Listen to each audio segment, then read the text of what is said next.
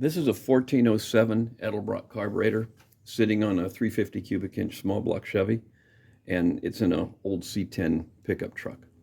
I'm going to replace the accelerator pump on this. Now, you could replace the accelerator pump in the vehicle, but because this is sitting in a truck, there's a lot of reach over the fenders, and there's a lot of little things to drop. So I think really it would be easier to just remove the carburetor and do this on the bench. And that's what I'm going to do. We've got the carburetor on the bench, and we have to remove actually 3 pieces of linkage so we can remove the top. We're going to have to remove this accelerator pump arm by removing this screw. This piece of linkage right here is actually for the fast idle cam, for the choke, and there's a spring clip on the back that we're going to remove. And then there's another link on the other side. I'll show you that in a minute. Also operates the choke. I'll start by removing this piece of linkage with this screw. Something to note also, there are 3 holes in the accelerator pump arm.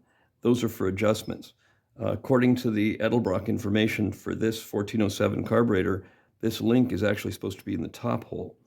The hole that's closest to the top would be the greatest accelerator pump squirt, a little bit less in the middle and less in the bottom one. So I don't know why it's in the middle one, because again, according to the information, it's supposed to be in the top, but I will replace it back in the top when I reinstall it. So this shouldn't be too tight. We can remove this screw.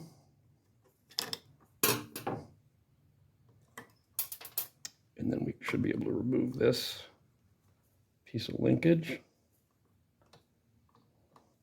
Might have to open the throttle just a little bit, lift it up, and then this should slide out, hopefully.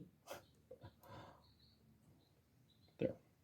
Also, there's a pin spring behind this piece of choke linkage, and I kind of like using these angle picks for this kind of stuff. You can use a very small needle nose pliers too, but I find it's fairly easy to remove it. And you can see how small it is. You don't want to drop this. It's actually known, again, as a pin clip or a pin spring. In the automotive carburetor world, it would be called a Jesus clip, only because when you drop it, you go, Jesus. So you can just easily remove the linkage now, get it out of the way. And there's one other piece of choke linkage on this side. Let me turn the carburetor around so I show you what that looks like. This piece of linkage right here is held onto the choke shaft through this arm. And here you can see how I like using the little angle pick. Comes out pretty easy. And then we can just pop the linkage out. Comes out just like that. Something else I'll mention, and this usually applies when you're working on any kind of carburetor on a bench, they make separate stands that you can use. You can make a stand that holds the carburetor off the bench. The big thing is you don't want the carburetor to sit on the throttle linkage on the arm, because what can happen is it can sit in a position where it partially opens up the throttle, and then the throttle plates are up against the bench, putting pressure on the plates. You don't want to do that. So I've got it just sitting on a case of a couple pieces of 2x3, and that gives clearance for this linkage. And then also, instead of having the base of the carburetor on maybe a metal bench or who knows what it is, we've got it on softwood. Next, we have to remove the step-up pistons, which are under the step-up piston covers.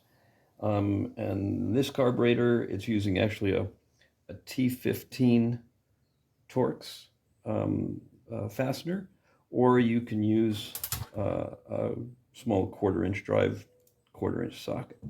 So I'm going to do that. And this one, I don't know if this was from the factory or someone's done this. This screw comes out kind of hard. I've done this before. And I don't want to remove it completely. I just want to loosen it enough so I can swing the cover over a tiny bit more. And there's a spring-loaded piston underneath it. And we'll be able to pull this guy out like this. This is also the Edelbrock calls it a step-up rod, or commonly known as a metering rod. That would be the metering rod piston or step-up piston. And then there's a small spring under that. Make sure you don't lose that. And then I'll also do the other one. You have to remove those, again, before you remove the top. You could remove the top without removing these, but you're not supposed to, and it makes it really hard to put the thing back together. And I'll show you when we reassemble. The last thing we have to do before we remove the top of this thing, we have 8 screws that we have to remove, and then we should be able to pop it off.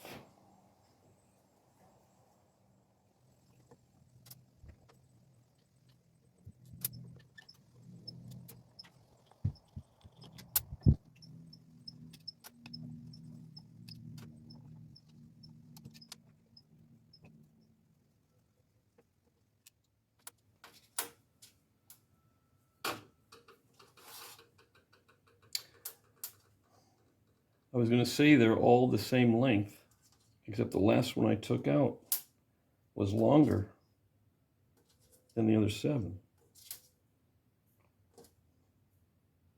So if that's the case, watch out for that. That went right there, and I'm not sure why. Out of the 8 screws, there was one long one, which is kind of odd. And actually, I looked at some of the Edelbrock information right now, and in an exploded view, they do show a long screw that goes into this hole back here. I'm not sure why, but I know there's some variations in different models of these. So either way, if you're going to remove the 8 cover or air horn screws, if there are different sizes, make sure you note where the different size screw would go. It might take a little bit of a pry or a shock to get this off. You always want to make sure if you start prying on something and it doesn't come off fairly easily, make sure there isn't that one missing screw, the one that you forgot. But I think we've got all 8. We've got the step-up pistons out, linkage is off. We should be able to, maybe if we do a little bit of prying right in this corner, heard it kind of pop. And then we should be able to lift this guy off. Just come straight up. And there you have it. The floats, and then there's the accelerator pump. Here's the old accelerator pump. Here's the new one I got from Edelbrock, part number 1467. So they say this accelerator pump is for the 1407 and the 1411 carburetor only, for some reason. The pump material itself is Viton, which is good because that's really impervious to oxygenated fuels, basically the 10% alcohol we have in most of our gasoline.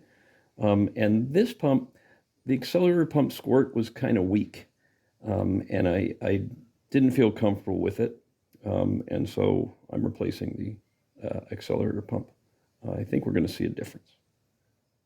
Also, the accelerator pump spring is down in here. You can get that easily, and we're not replacing that. But make sure if you do take it out, you put it back in. Like that. We're ready to put the accelerator pump back in. Make sure the spring is in the bore where it's supposed to be. Just drop in the new pump. Good. Now we're ready to put on the top. The gasket would have stayed with the top of the carburetor, and just of course make sure that it's not ripped or torn. In most cases it comes off without a problem. So we can carefully drop this back in.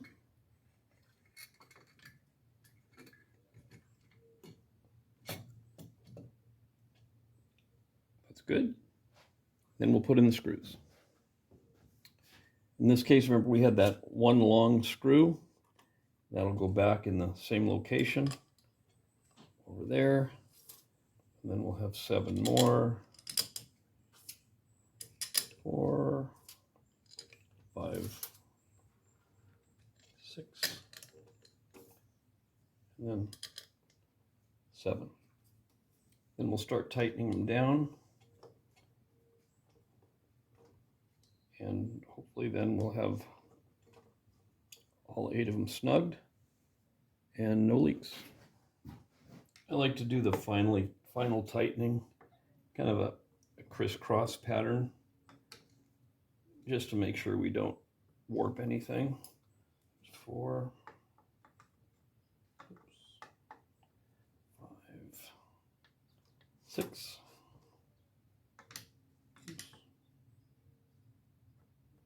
7,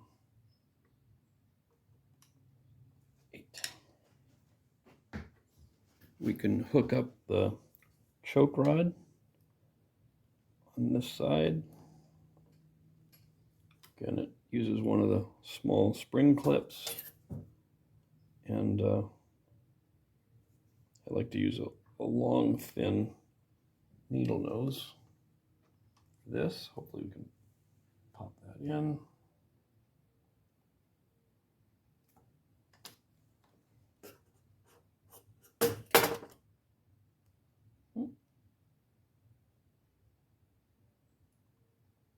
That's good.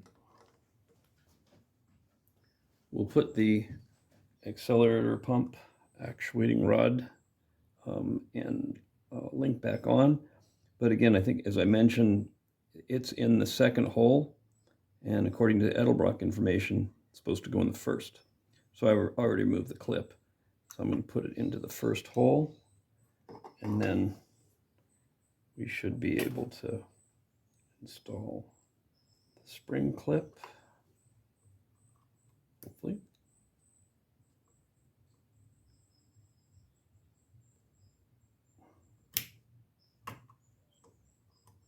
Okay, make sure it turns in the groove so you know you've got it seated.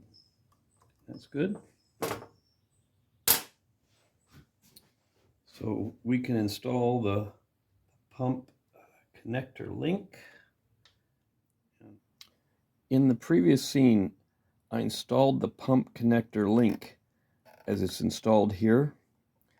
But if you notice, at full stroke, the link actually contacts right here on the top of the carburetor. It shouldn't do that. The correct way to install the link is as I have it here. This way, at full stroke, what actually contacts the carburetor body is the accelerator pump arm itself, not the link. So it's changed the geometry. So this is the correct way to install it, not the way I had it before. I think the lesson here is I put it back together the way I found it, which it doesn't always mean the person that worked on it last did it correctly. So with a little research, I realized the correct way to put it in, and this is it. So if it makes more sense, the correct way to put the link in is so it's an S shape, as shown here. If it looks like a Z, it's wrong. Okay, got it?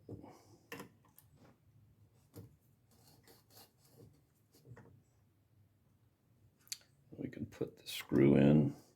We're gonna have to push the pump down a little bit so the screw will fit in.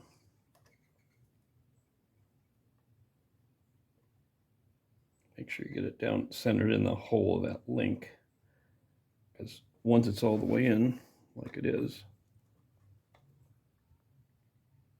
it's good. There. It'll work without binding. Now I'll turn the carburetor around so you can see it, and we've got one more piece of linkage, and that would be this choke linkage right here. So we should be able to get that in. Use our last spring clip. pop this thing in without dropping it. So we got that in.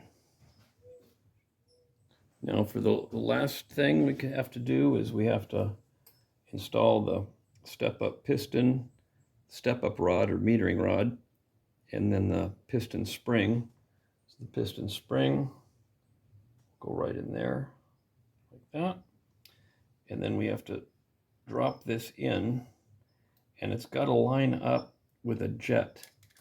And sometimes it goes in real easy.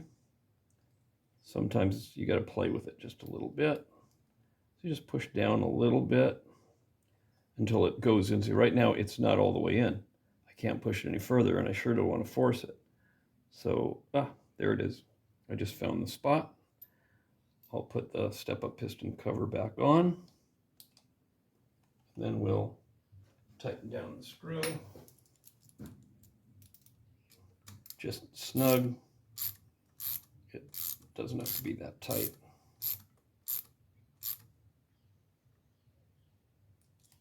That's fine. Then we'll do the other one. So there it is. We don't seem to have any pieces left over. So I think we did it. All we have to do now, put it back on. I hope this helps. Thanks for watching.